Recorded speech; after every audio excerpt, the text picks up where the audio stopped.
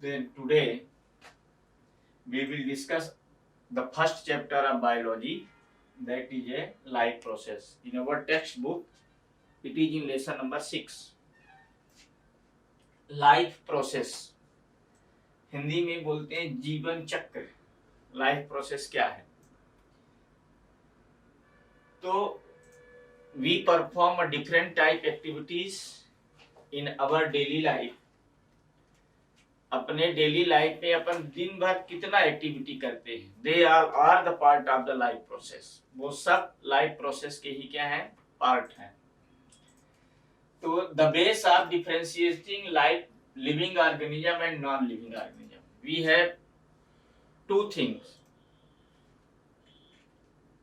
one living organism and non-living organism। कैसे differentiate करें कि कौन लिविंग ऑर्गेनिज्म है या कौन लिविंग ऑर्गेनिज्म नहीं है? So the organism who perform different type of activities, they are living, and who do not perform different type of activities, they are non living। ऐसे ऑर्गेनिज्म जो अलग अलग एक्टिविटी करते हैं वो क्या है? They are living. और जो ऑर्गेनिज्म ऐसा एक्टिविटी नहीं करता, कोई एक्टिविटी नहीं करता, वो क्या है?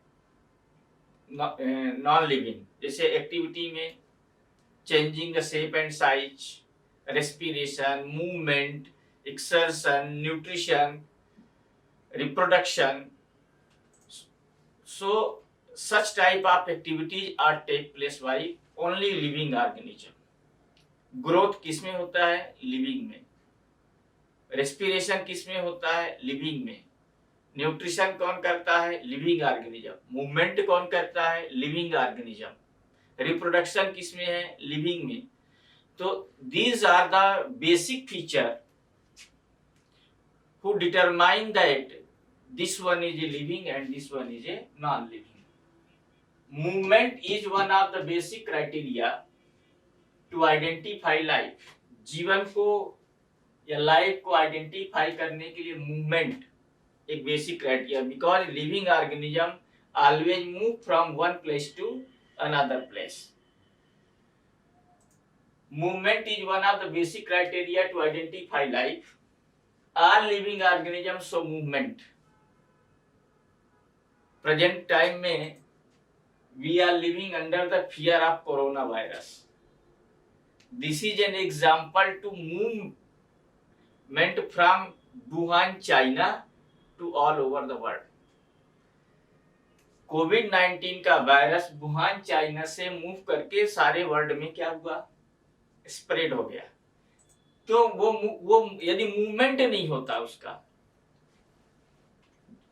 That is carried by the person, but person में तो वो इंटर किया, मूव किया। तो all living organism show movement without any external help. उसे किसी एक्सटर्नल हेल्प की जरूरत नहीं है।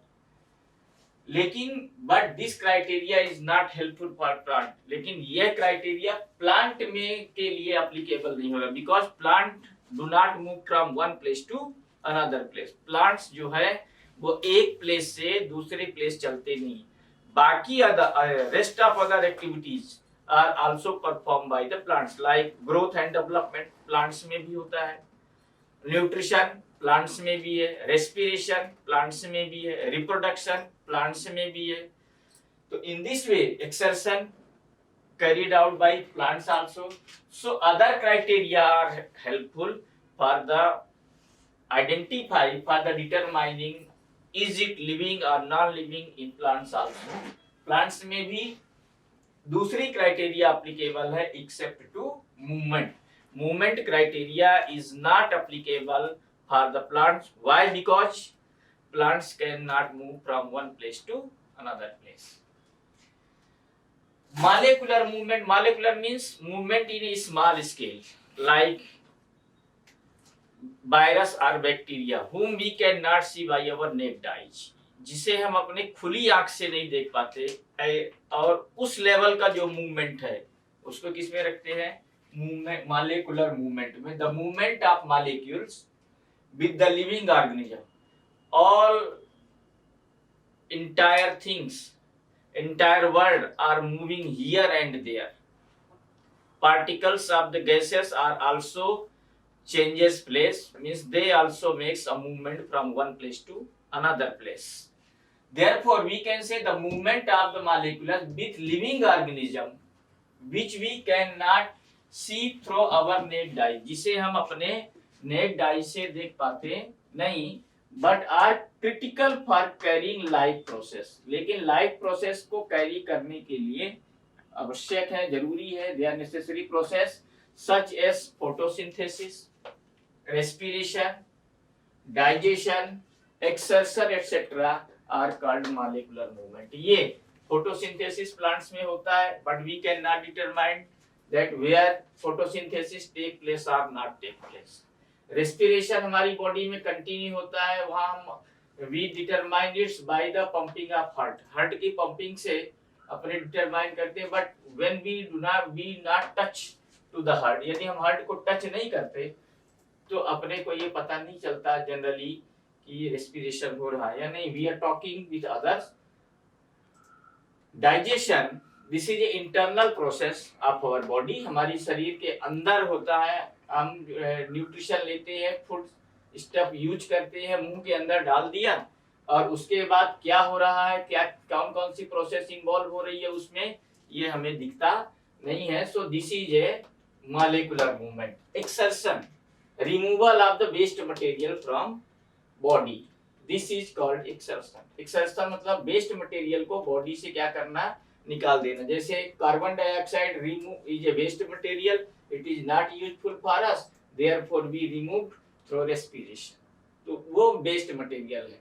other urine, that is excretory product, because waste water product or water material which is converted into the uric acid form, that is removed from our body.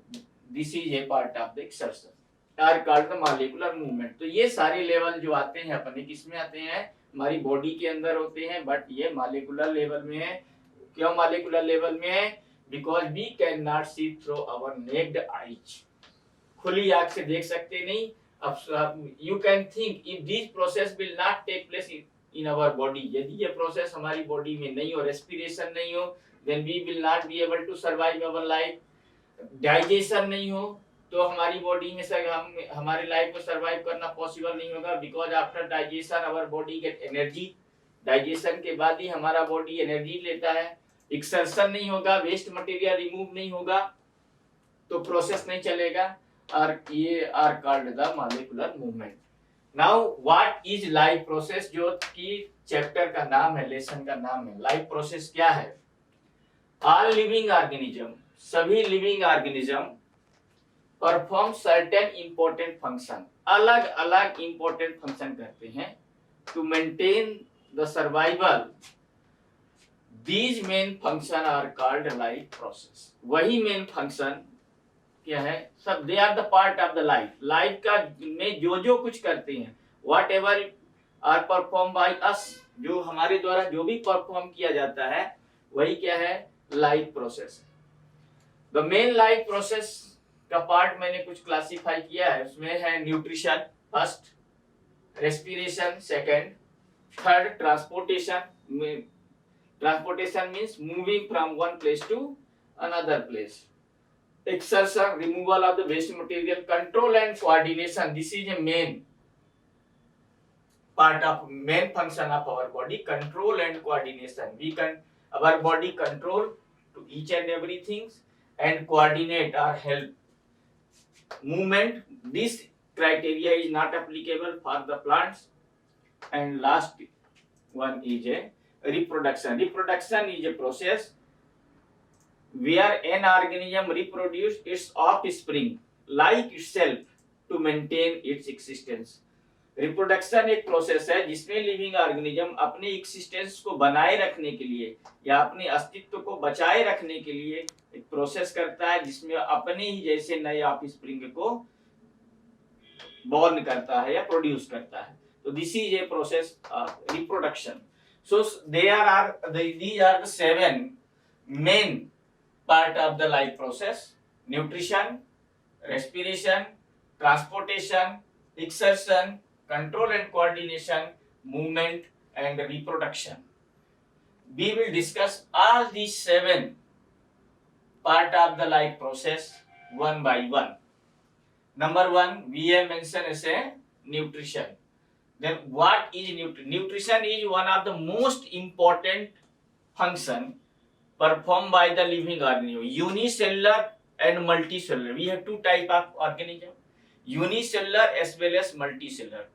दोनों organism में, unicellular में भी और multicellular में भी, ये सभी के सभी nutrition, respiration, transportation, exertion, control and coordination, movement and reproduction, all these 7 part of the life process take place.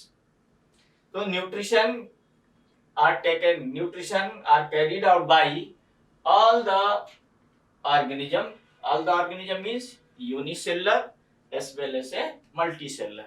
Unicellular organism के क्या होते हैं? The organism having only single cell. जिस ऑर्गेनिज्म में सिंगल सेल होता है वो यूनिसेलुलर है, like amoeba, paramecium, euglena, plasmodium vivax, volvox etcetera. So single cell organism भी न्यूट्रिशन करता है. न्यूट्रिशन ही नहीं बल्कि सभी, रेस्पिरेशन भी करता है, ट्रांसपोर्टेशन भी करता है, एक्सर्शन भी करता है, कंट्रोल और कोऑर्डिनेशन उसमें भी होता है, मूवमेंट भी करता है और रिप्रोडक्शन भी करता है. तो all these 7 main process of life are carried out by the unicellular organism. Similarly, in multicellular organism, those organism who have many cells, like us, we are a human beings and we are a multicellular organism. हम human beings हैं और हम क्या है? Multicellular organism. तो nutrition multicellular में भी होता है. तो nutrition है क्या? What is nutrition? The process of transferring a source of energy, वह प्रक्रिया जिसके मीडियम से एनर्जी का सोर्स ट्रांसफर होता है. Transferring a source of energy which we call food from outside the body of the organism to the inside. बाहर, body के बाहर से बॉडी के अंदर जिस मटेरियल को हम यूज करते हैं ऐसे फूड, उसी को वो क्या है? न्यूट्रिएंट्स. न्यूट्रिशन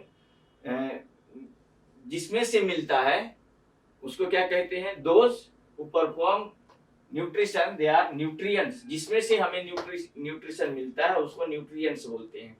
तो आउटसाइड ऑफ द बॉडी, जो आउट बॉडी के बाहर से अंदर जाता है, the organism to the inside is called nutrition. तो ये न्यूट्रिशन हमारे पास में है. The process of transferring a source of energy which we call food from outside the body of the organism to the inside is called nutrition. And those material or substances who provide nutrition or gives nutrition called nutrients. Nutrition जिसमें से मिलता है उसको क्या कहते हैं? They are called nutrients. तो first topic मेरे पास में मेन लाइफ प्रोसेस में आता है न्यूट्रिशन.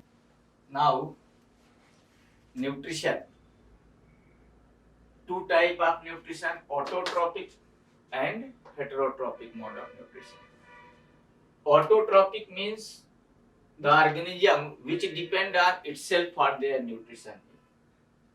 यानी वो ऑर्गेनिज्म जो अपने न्यूट्रिशन के लिए किसी अदर्स पर डिपेंडेंट नहीं होता, खुद ही अपना न्यूट्रिशन बना लेता है. इसमें बेसिकली आते हैं ग्रीन प्लांट्स, जिसके पास में क्लोरोफिल है, वो प्रोसेस करते हैं फोटोसिंथेसिस का. Heterotrophic nutrition, the organism who depend on others for their nutrition, such mode of nutrition is heterotrophic mode of nutrition. Autotrophic nutrition क्या है? The mode of nutrition in which the organism itself synthesize its own food from the simple inorganic material like carbon dioxide and water with the help of sunlight. Sunlight का presence और chlorophyll. Sunlight is called autotrophic nutrition. The mode of nutrition, nutrition का वो mode जिसमें से एक organism itself synthesize its own food from simple inorganic material.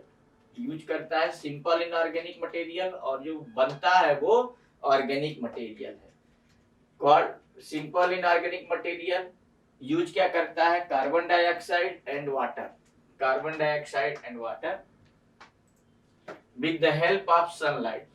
पहले वो sunlight को क्या करता है, एब्जॉर्ब करता है, उसके बाद सोलर एनर्जी को केमिकल एनर्जी में कन्वर्ट करता है, और सोलर एनर्जी को केमिकल एनर्जी में कन्वर्ट करने के बाद सिंथेसिस करता है, इज कॉल्ड द ऑटोट्रोपिक। इसमें प्रोसेस जो है ऑटोट्रोपिक में वो क्या है, फोटोसिंथेसिस। तो what is photosynthesis? Mode of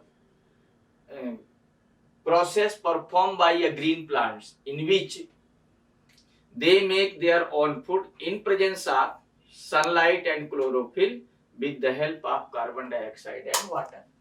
The process by which the green plants make their own food by converting carbon dioxide CO2 and water H2O into carbohydrates in the presence of sunlight and chlorophyll। ये दोनों होने चाहिए, sunlight और chlorophyll present in green plant. Green ये pigment है जो plants को green बनाता है, क्लोरोफिल, और sunlight, right kind of temperature sunlight में, and chlorophyll is called photosynthesis. Photosynthesis में 6 CO2 कार्बन डाइऑक्साइड यूज होता है, वाटर, सनलाइट और क्लोरोफिल, इस ये दोनों प्रेजेंस होने चाहिए। When these both sunlight and chlorophyll are present, then photosynthesis process take place, तभी photosynthesis होगा। यदि सनलाइट और water present, sorry carbon dioxide और वाटर प्रेजेंट है, सनलाइट और क्लोरोफिल में से एक भी एब्सेंट है, क्योंकि जिस प्लांट में क्लोरोफिल नहीं होता वो हेटेरोट्रोपिक मोड ऑफ न्यूट्रिशन करते हैं। तो बनता क्या है, glucose, they use its in the form of nutrition and release water, oxygen, oxygen release करते हैं जो हमारे रेस्पिरेशन के लिए यूजफुल है, and obtain their energy. So this is a autotrophic mode of nutrition. Now another is a heterotrophic mode of nutrition. Autotrophic के बाद आता है हेटेरोट्रोपिक। क्या है,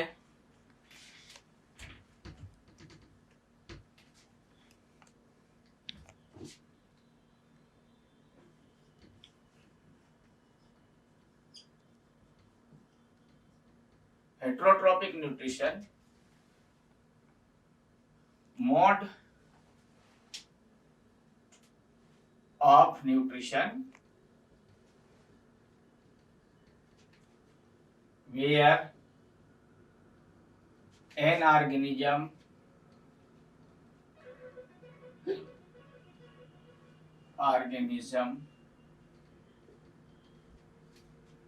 depend on others for their nutrition।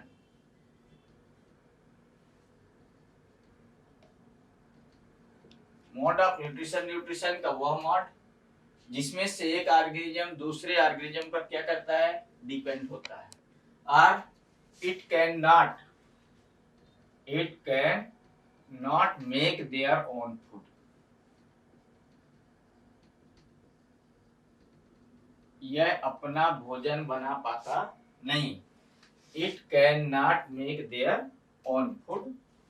जब अपना भोजन बना नहीं पाएगा और उसको न्यूट्रिशन चाहिए, तो फिर वो किस पर जाएगा, डिपेंड ऑन अदर्स, दूसरे पर डिपेंड होगा। और दूसरे पर डिपेंड हो गया, इसी को हम कहते हैं हेटेरोट्रोपिक मोड ऑफ न्यूट्रिशन, हेटेरोट्रोपिक न्यूट्रिशन। इसमें हमारे पास में 3 टाइप्स में है, एक है parasitic, another is A holozoic, and last one is a saprophytic mode of nutrition. Parasitic mode of nutrition में ऑर्गेनिज्म होस्ट पर डायरेक्ट डिपेंड करता है। होस्ट यानी कि जिसमें से वो ऑर्गेनिज्म न्यूट्रिशन लेता है। जैसे सपोज कीजिए कि when mosquito bite us, mosquito मेरे को कट करता, बाइट करता है, तो मस्कीटो क्या, mosquito suck the blood from our body, हमारी बॉडी से ब्लड को सक करता है, तो वी आर होस्ट। हम जो है वो क्या हो जाते हैं, होस्ट हो जाते हैं, क्योंकि हम उसको फूड दे रहे हैं। We are supplying the food to the mosquito, therefore we are host. Parasitic, ये सीधे बॉडी के कांटेक्ट में आते हैं। Parasites they come directly into the contact of the organism body and suck the blood। सीधे ब्लड को वो use करते हैं फॉर देयर न्यूट्रिशन। इसमें मस्कीटो हो गया, हेड लूज हो गया, बेड बग हो गया, लीच हो गया, तो ये सभी ऑर्गेनिज्म इसमें आते हैं। तो पैरासाइटिक हेटरोट्रॉपिक मोड में पहला नंबर क्या है, parasitic mode of nutrition. Parasitic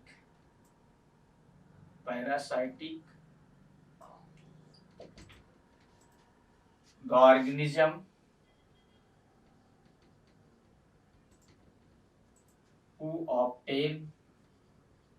who get their nutrition from host, they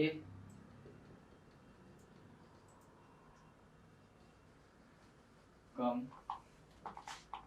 direct into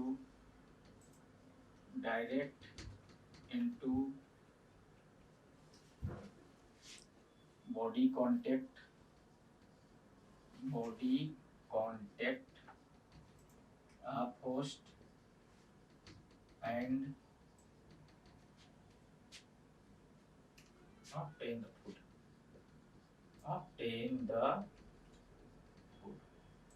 This is called parasitic nutrition. This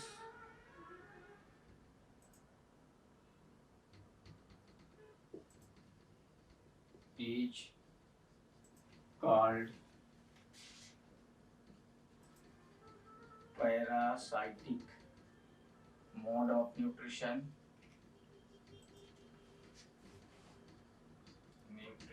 and organism perform this nutrition called parasites. Example, mosquito,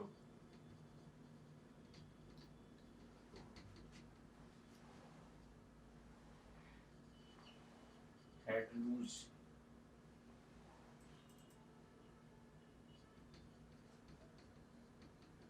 bed bug,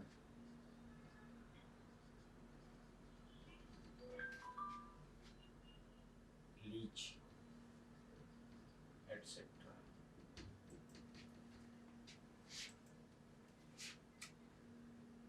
Heteroparasite, the organism who get their nutrition from host. They come direct into the body contact of host. Host के body के सीधे contact में आते हैं and obtain the food, और वहीं से food निकालते हैं. This is called parasitic mode of nutrition and organism perform this nutrition called parasite. ये सभी parasites में आते हैं. Example, mosquito, head louse, bed bug, leech etcetera. ये दो टाइप के होते हैं, internal parasites and external parasites. The organism who obtain their food from external organ of our body, they are called external parasites. उसमें ये सभी आते हैं। Internal parasite, those parasites who obtain their nutrition from inside of our body, हमारी body के अंदर से वो अपने न्यूट्रिशन को लेते हैं कांटेक्ट में आकर के। They are called internal parasites like platyhelminthes, ascaris etcetera. तो ये स्मॉल इंटेस्टाइन में हमारी बॉडी में वो मिलते हैं और वहां से अपना न्यूट्रिशन लेते हैं। तो they are those parasites who obtain their nutrition from inside of our body, they are called internal parasites. तो ये दो टाइप के हैं पैरासाइट्स, एक्सटर्नल और इंटरनल। और इस मोड ऑफ न्यूट्रिशन को हम किस में रखते हैं, parasitic mode of nutrition. Weak nutrition.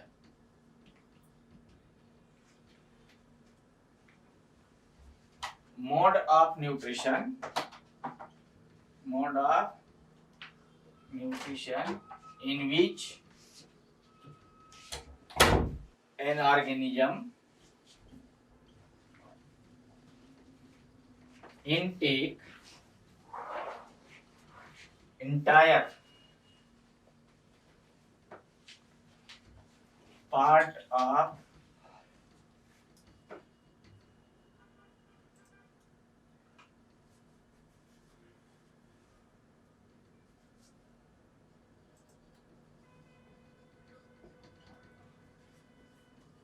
to other organisms.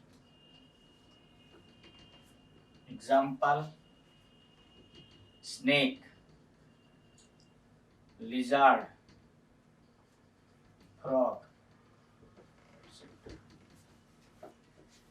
Mode of nutrition जिसमें से एक ऑर्गेनिज्म दूसरे ऑर्गेनिज्म की पूरी बॉडी को ही अंदर ले लेता है, that is called holozoic mode of nutrition. इसमें आता है स्नेक, लिजर्ड, फ्रॉग. ऐसे जब सभी ऑर्गेनिज्म जो निगल जाते हैं, unicellular organism amoeba is also perform holozoic mode of nutrition. After that last one is a saprophytic mode of nutrition. The mode of nutrition in which organism obtain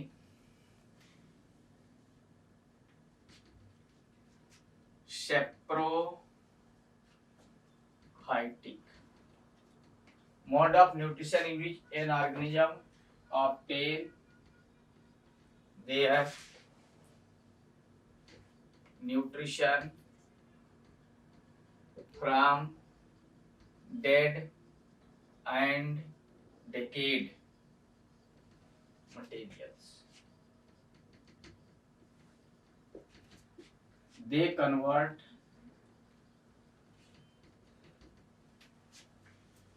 complex organic substance into simple inorganic substance.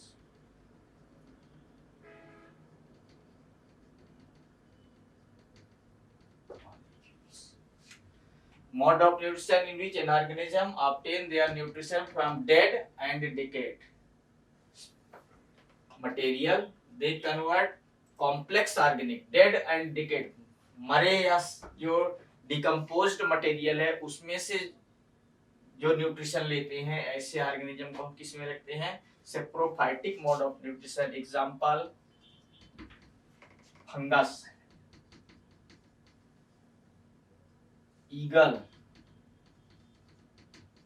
vulture, etc. These are organism perform the saprophytic mode of nutrition in which an organism obtain their nutrition from dead and decayed material. They convert complex organic substance into the simple inorganic substance or molecules. Example: fungus, eagle, vulture, etc. Where the some mode of nutrition: parasitic, holozoic and saprophytic. After that, we will discuss these mode of nutrition in some organism, like nutrition in amoeba, nutrition in plants, and nutrition in animal also. Animal means basically in human being. We will discuss it in a coming session or next session.